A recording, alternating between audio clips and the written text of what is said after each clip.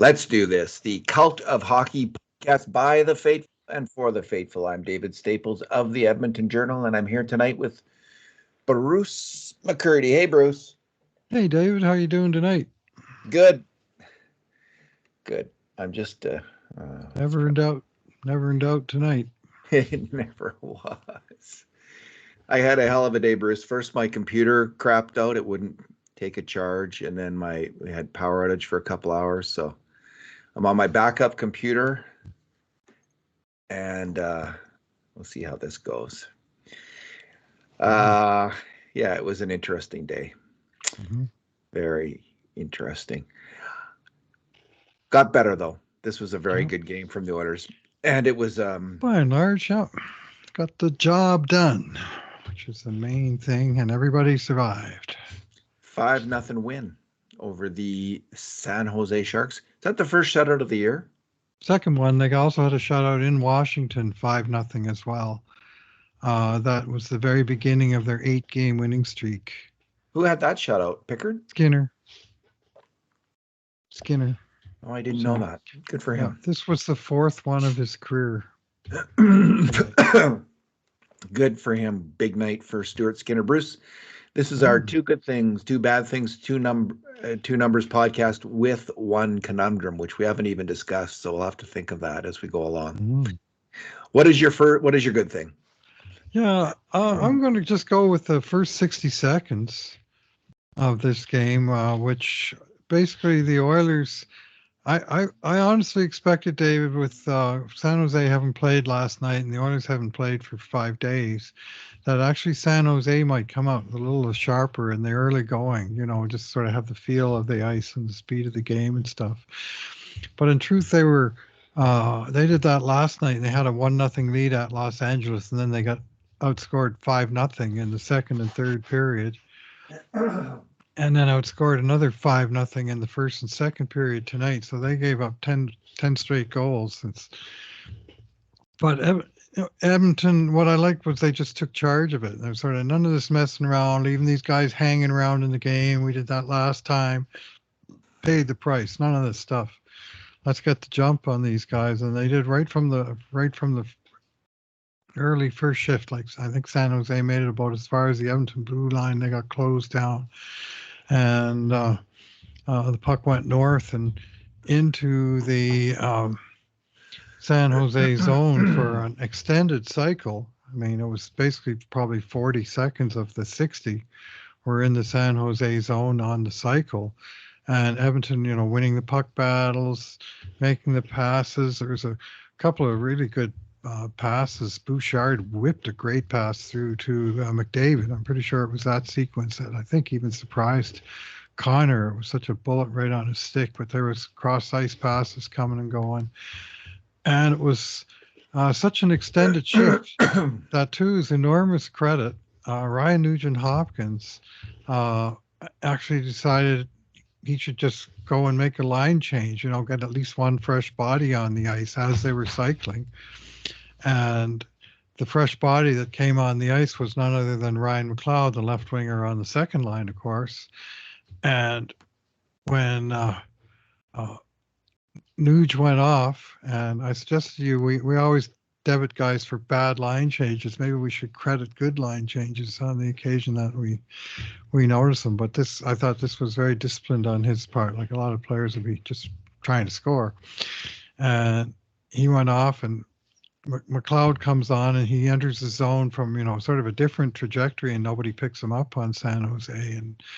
And Bouchard and Ekholm feed him the puck, and McLeod comes ripping across the slot to the basically left face-off dot and wires a very good wrist shot that was beyond the grasp of one Magnus Krona that started the game for San Jose tonight. Now, this is one of the great names of all time. I think his nickname obviously should be Big Time, Magnus Krona.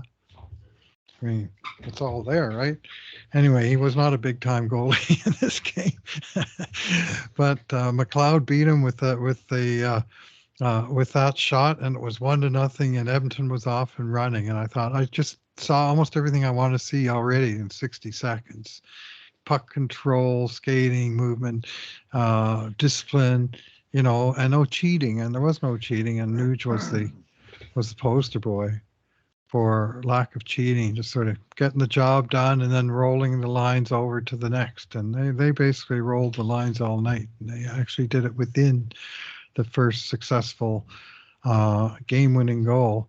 Third time for Ryan McLeod that he scored a goal in the first minute of a game now. Bruce, I never like to underestimate the intelligence and wisdom of the Cult of Hockey faithful. Mm-hmm. But I'm going to guess that not many people got the Magnus Krona joke without a little bit of thought. I was shocked how few likes it had. I thought this is just, I guess nobody took Latin in school. I mean, I did, but that was a long time ago. And I mean, even when I took it, Latin was already a dead language, but it's 60 years deader now, So I never did that. I mean, it took me about 10, 15 seconds of Magnus Krona. Okay, time Krona, and then Magnus must mean bass or big. Magnus means big, eh? Big Pyarby. Well, Maximus, I mean, but Magnus certainly is, magnum opus. It's a big deal. There we go. So, all right. Anyway, he proved not really up to the task, but Edmonton, for a change, did not get bamboozled by some backup goalie that nobody's ever heard of before. They got to the guy and they got to him early, and they sent him to the showers after 20 minutes with a big 4 goals against on him. Indeed. Well, my good thing is the Magnus Krona joke. It's pretty hard to beat that, but I'm going to sneak in another good thing. I want to add on actually to your good thing. I just thought McDavid especially set the tone on that first shift. I think he came in there and hit someone against the boards to win the puck. I mean, I just think he knew they just can't let this game get away from him, Bruce. They're back to real 500 now, 16 wins, 16 losses in 32 games. They struggled all the way there, and then they lost 3 in a row. And now they're back there. They're back in a row. They're back at real 500, and now they got to build on it. They can't let this fade away again. But they have a pretty strong, easy schedule in the month of January, so there's hope for that. My good thing, Bruce, is the second goal is so spectacular. It's hard not to pick it. But I liked the third goal a lot. Mm-hmm. And I just thought you're manufacturing a goal out of nothing. And although they did have some good offensive zone possession, so it's not out of nothing. And Ekholm, who he and Bouchard, since Paul Coffey took over, man, those guys have been flying out there. I don't know what Paul Coffey's telling them, but he should keep telling them that. Because Ekholm he's utterly dominant. I know, so like I've heard people say that like Nurse is showing himself to be the number 1 D-man. Man, you got to be playing pretty well to be playing better than Matthias Ekholm right now. And Nurse is playing well, but he's not playing better than Ekholm. Ekholm is a 2-way monster since Paul Coffey took over. And on this shift, he did a nice spin move and put the puck over to Bouchard, who put the puck on net very well. And I think it's this one. Was that the goal? No, I think it was this one. Anyway, this is the goal, excuse me. And Bouchard absolutely wires the shot, slams it in.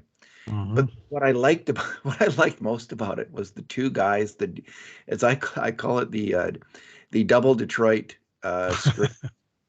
That Detroit always used to have that high-low screen. They'd have two guys in the slot. Zetterberg was one of them, and their Holmstrom was the other, right in front of the goal. Right in front of the goalie's face. This time it was Adam Erdy playing Henrik Zetterberg, and James Hamblin playing Thomas Holmstrom. And the two screens, and the goalie doesn't have a chance. Like it is a Californian extraordinaire, the double Detroit screen, as opposed to Nugent Hopkins' goal, the 5th goal, which was the ugliest Californian of the year. The Californian quadruple bounce. I thought it was even 5 because it hit the one guy twice, I think. Yeah. Then it hit the goalie at least once too. So maybe six. It hit Oh. 6 people bouncing into that net, or 6 bounces, I should say, 3 or 4 people. Yeah. But The we shooter call was lucky to get a point. It hit so many other guys on the way in. that's true. We call it the California, of course, because teams like San Jose and LA and Anaheim used to feast on the Oilers with screen goals. The Oilers would go to California during the decade of darkness and just get destroyed on the point shot. It has no Rebound, deflection, screen, straight in, so many different ways. And in fact, that big loss to Anaheim when they scored 3 goals in the last couple, there was at least one Californian, I'm pretty sure there. So anyway, it's always nice when the Oilers score 2 Californians in one game in California. So hopefully they'll get a couple more against Los Angeles. That would be very nice. But I love the double Detroit screen. I just think that's so hard for the goalie to have those 2 people in front of the net like that. And Bouchard just wired it, and it was a great pass from Colm. So a fantastic skill in the play, but also some smarts and some grit in the play with 2 guys screening in front of the net. Yeah, well, I'm going to wind back the tape about 20 or 30 seconds before the goal and praise another disciplined line change. This one by Leon Draisaitl, a man who's generally not noted for leaving his shift early. And he did so with, again, like Nuge on the first shift, with the Oilers in good possession. And Leon had the puck, and it came through his stick 3 or 4 times. And he'd been out there for a while, and the puck moved to the other side of the ice, and it was still, they had to, the fourth line was partly out there, and he just departed the scene, and Hamblin came out, and Hamblin basically made a beeline for the front of the net and kind of stayed there while they worked the puck around, and he was the primary screen. But Connor Brown made a good play here, and to win the puck on the sideboards and get it back to the point.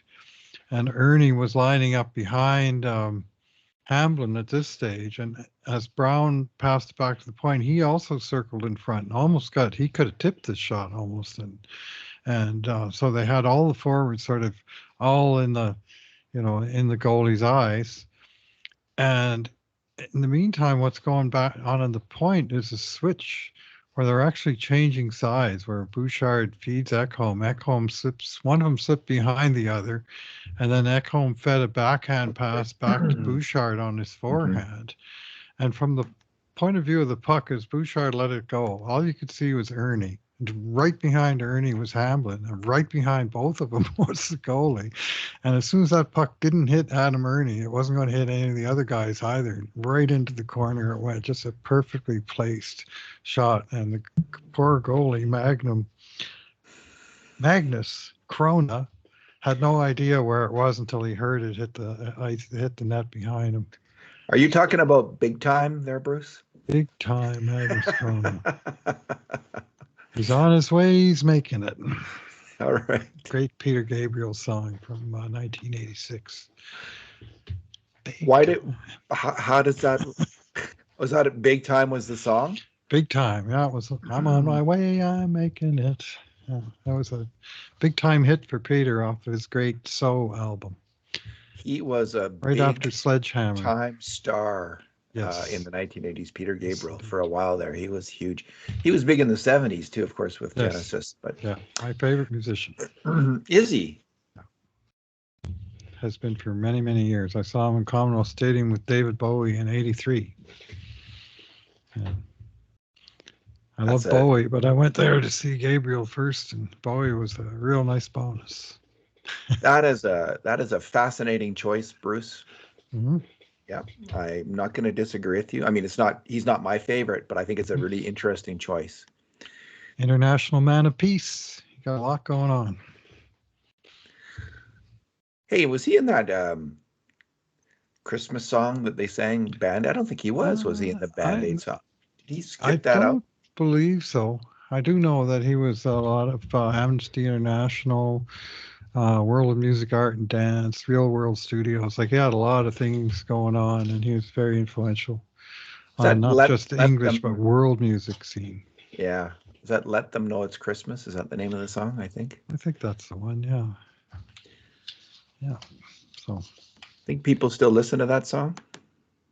probably around Christmas. They recycle everything, don't they? Yeah, we listen to it. I like that song. All right. Where are we now? Still in San Jose, still winning 5-0. We've both done our good things. We're on to Yeah, our bad things. one each. Yeah. What's your bad thing, Bruce? Yeah, my bad thing is simply that several of the Oilers' big stars took hellacious hits in this game. I mean, very, very heavy hits. This dude named Nikita Okochuk from San Jose, number 83, right? Mm-hmm. And he was just running around, and he really, really hammered Darnell Nurse with as heavy a collision hit as I've seen in a long time. Like, you don't often see Nurse come out on the second best, and I mean, he packed a wallop too. But oh, Okochuk stepped into him and just dropped him. That was just a hellacious collision. And later he crushed Draisaitl into the sidewall. And McDavid got hammered in this game, and Nugent Hopkins got hammered in this game.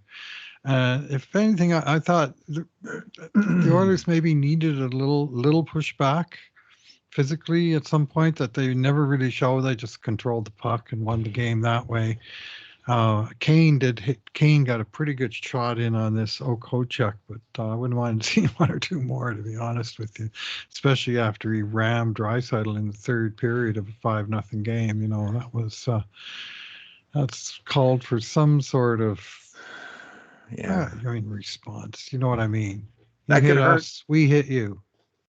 That can Simple as really that. that can have major Yeah. consequences if Oh a yeah. top player gets hurt. One Yeah, hit. that Nurse collision with Oh. Kotiak was massive. That was a malfunction at the junction, a meeting of the minds. Was it ever? All right. I want to see how big this guy is, but carry on. He was big. He's as big as an Chuck wagon. Bruce, my bad thing, I there was nothing really that bad from the Oilers in that game.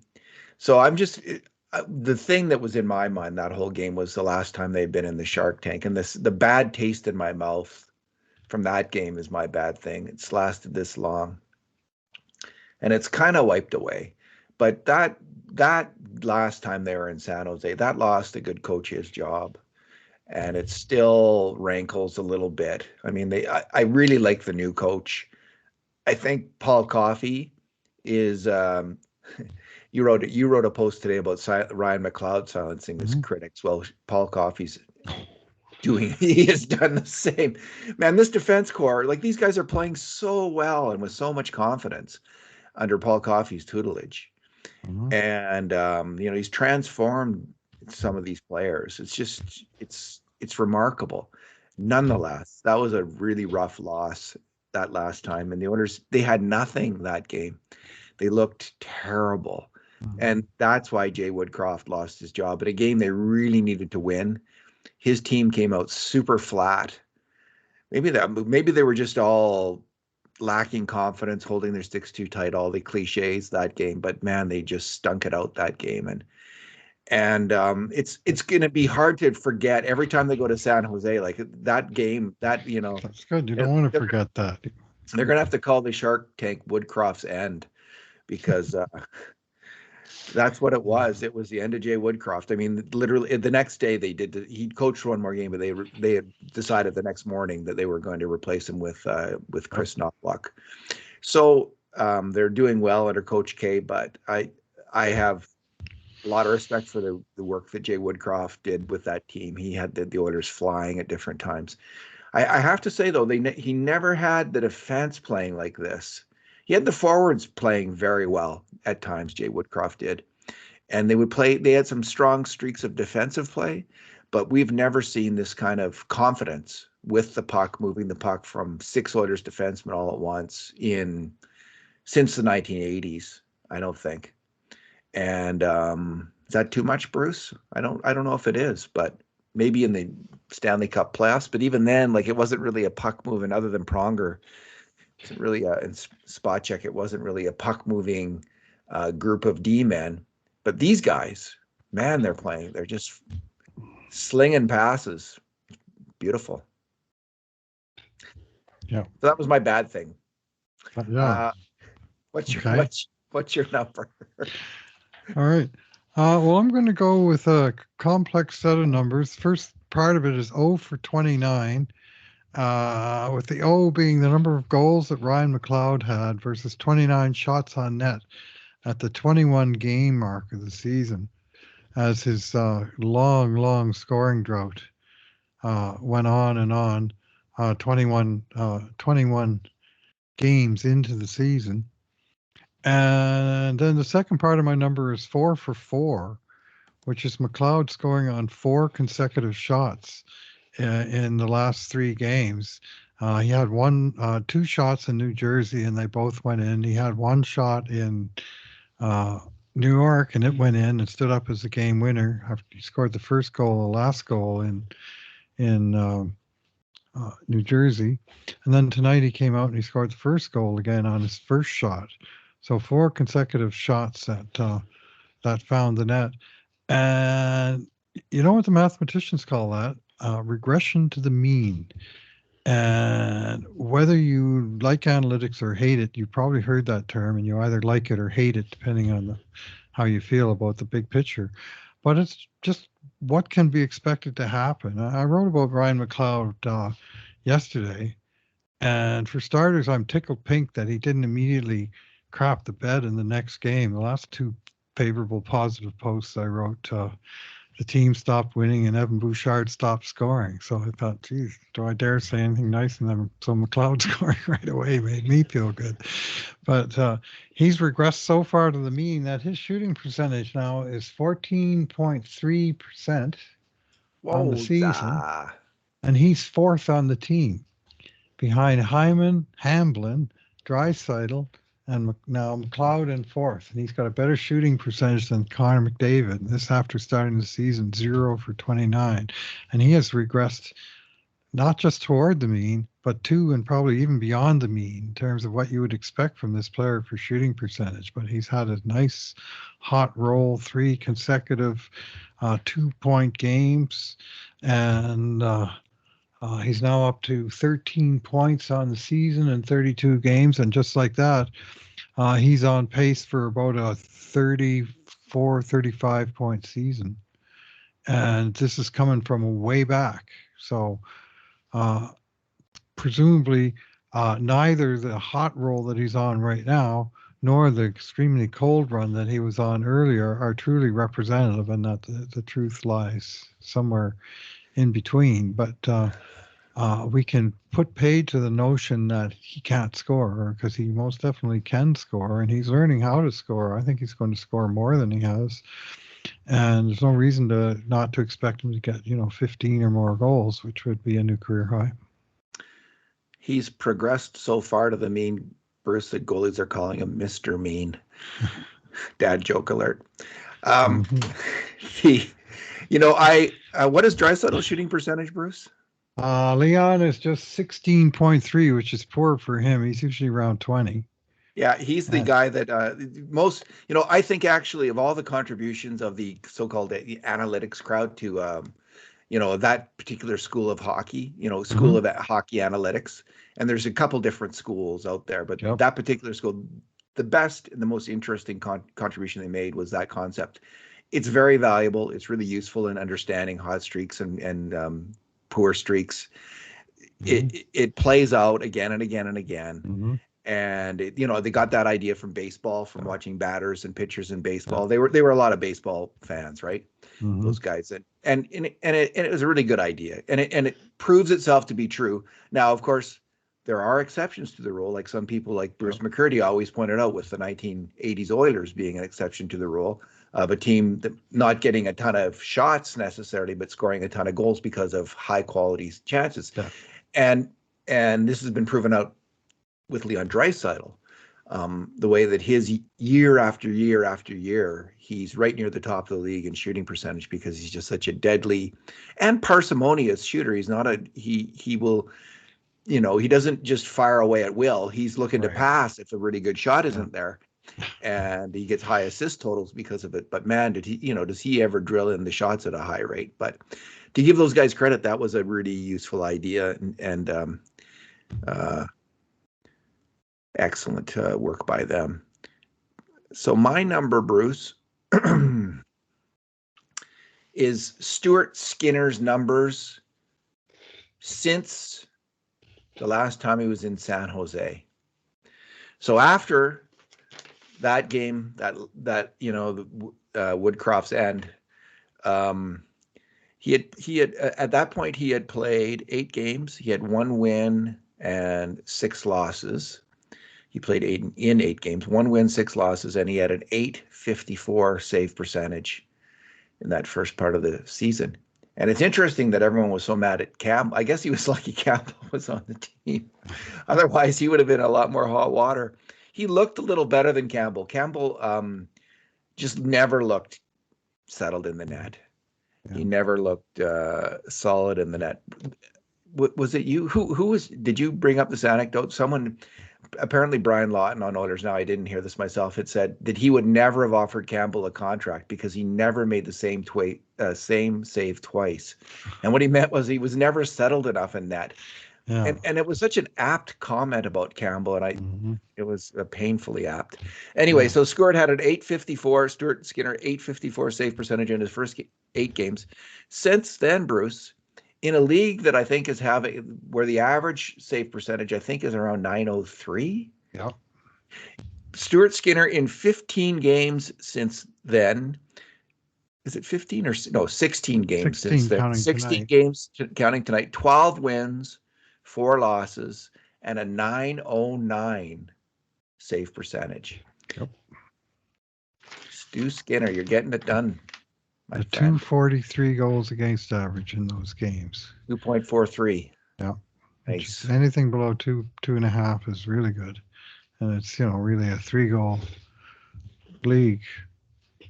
The Oilers are doing a good job of really, really cutting down on the 5-alarm shots. Mm-hmm. I mean, we talked last podcast or the podcast before about how at even strength, just how unbelievably dominant the Edmonton Oilers have been in the last handful of 15 games or so. It's just remarkable, and you would expect them, based on that dominance, to march into San Jose tonight and win by 5 goals, because they've just been crushing it. This is a remarkable team right now, but when the puck does hit the net and they are getting shots on net, Stuart Skinner's been okay. He's a good saves. He did tonight. There was what was the grade A shots tonight were. What did we have, Matt Bruce? My documents, my computer is not. I think it was 10-10, and it was 4-2 and 5 alarms. Like it wasn't. It was 11 to 12. Count.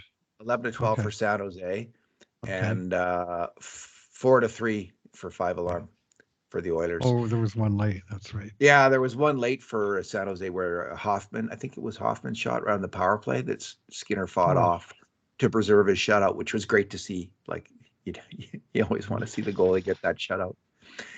So yeah. All right, Bruce. Yep. Conundrum time. You got anything in mind? Well, I think the schedule kind of sets up pretty obviously that they'll start Skinner in Los Angeles on Saturday and come back with Pickard in Anaheim on Sunday with a minimum 22 hours rest, but between starts, but unfortunately no travel. So it'll be so that's pretty cut and dried. I think they play 14 games in January. Mm-hmm. Against fairly a lot of weak teams, although they do play Toronto and they play LA and they play Nashville, and then the other ones tend to be teams that are not haven't been crushing it. Your conundrum: how many games do you think Pickard will get in that time period, Bruce?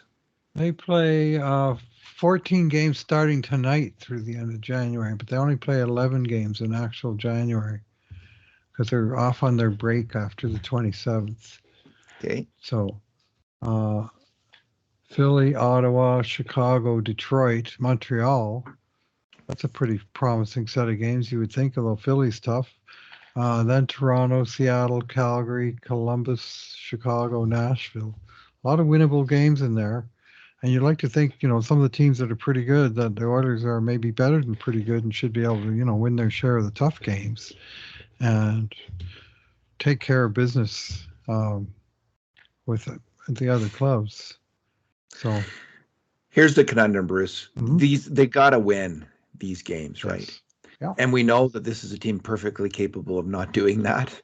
Do you think we're going to be smiling or frowning at the end of this month on the way they play? What's your smiling or frowning? I think they're coming on, and I think we're going to be doing a fair amount of smiling. I think so. I'm convinced. I just, because of the dominance we've seen at even strength, and they're getting okay. Both Skinner and Picard are playing okay, or Pickard are playing at least okay in net. Skinner's now playing better than the league average, and so yeah, I just see this is tonight's game was a veteran team needing a win because they've dug themselves a hole, knowing that, and just coming out and kicking butt.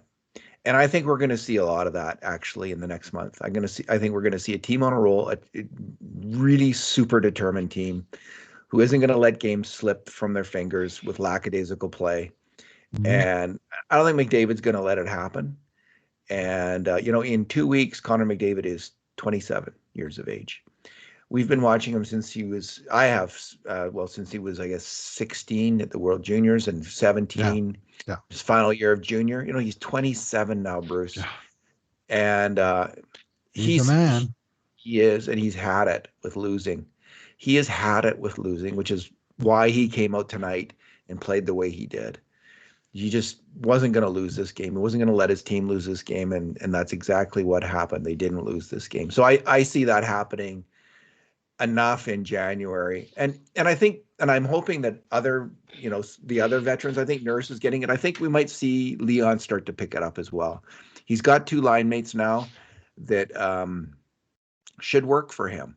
They're really fast. They've got some skill. Ryan McLeod was playing he's big as a damn mountain tonight. He's got so much confidence all of a sudden. He's holding the puck. He's making plays. And I just think running around a little bit. He took a nice big run at a guy on the play that he got the assist on, Draisaitl's goal. He made a couple nice physical plays on that particular sequence. So yeah, I just think I think we're gonna be smiling widely. That's my prediction. I hope so. You want to talk about taking care of business, by the way? Tonight was the fourth time this year. The Oilers have led 4-0 after the first period. Now, as you'd expect, they're 4-0-0 in those games, but the final scores of those games were 6-1, 4-1, 6-1, and 5-0.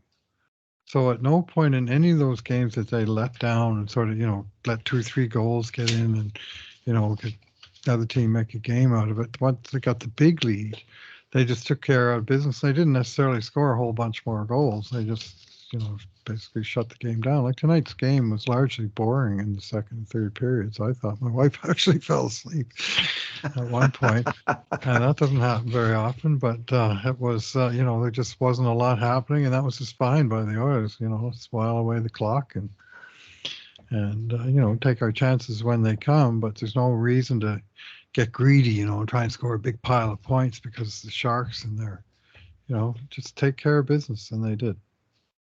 And I think that's what's going to happen this month. Bruce, let's leave it there. Thanks for talking tonight. Right. Thanks for listening, everyone. And in the meantime, and in between times, this has been another edition of the Cult of Hockey podcast.